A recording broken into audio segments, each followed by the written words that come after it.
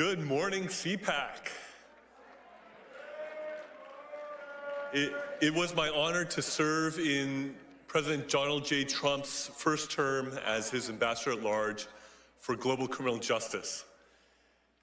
And I want to hearken back to a little bit of history here. In 1950, the Joseph Stalin installed government of North Korea invaded South Korea to seek to overrun it.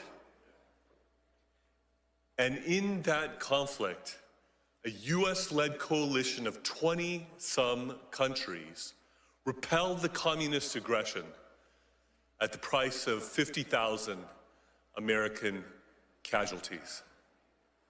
I honor the blood that was spilled by American soldiers to keep the whole peninsula from being one big North Korea, which is the most oppressive, darkest, most unjust place on planet Earth. And believe me, I know of many such places around the world, and it is number one in that regard.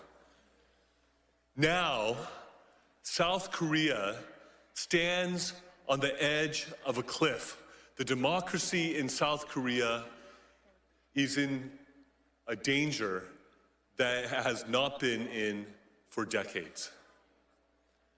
President Yoon, who loves America, who was strongly and staunchly allied with the United States of America, has been impeached and is in danger of being prematurely removed from office. Why? Because he had the courage to stick out his neck and say that there are things that are amiss in South Korea because there have been many indications of election fraud. We know something about that, I think, here in the United States. And there is a parallel situation going on. President Yoon, indeed, has been called the Donald Trump of Asia.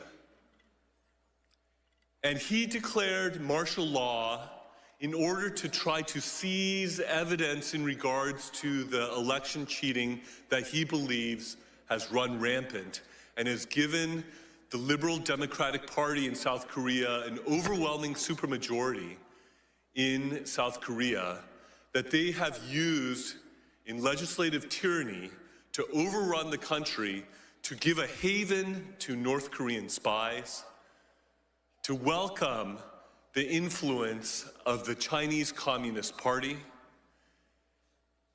And they are rushing through a conviction process potentially before the Constitutional Court that if 6 justices on that court vote to remove him from office, he will be prematurely removed from office even though he was the duly elected president of Korea by the people of South Korea.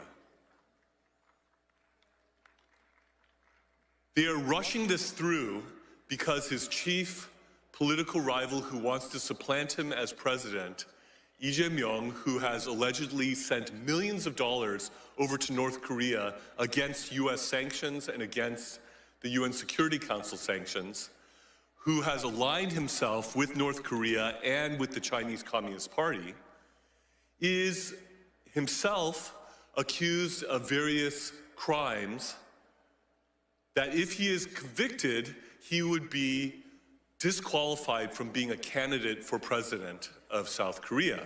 So there is a legal and political race going on to try to convict and remove President Yoon before Lee Jae-myung is disqualified for running for president of Korea in the emergency election that will ensue if Yoon is removed.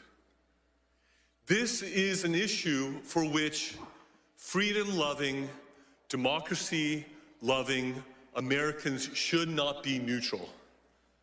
This is a situation where our government and our people should stand with our allies in South Korea and with President Yoon and stand up and be counted and let the world know that the robbing of democracy and the destruction of democracy, that we spilled blood to the tune of 50,000 casualties in the Korean War, will not be in vain,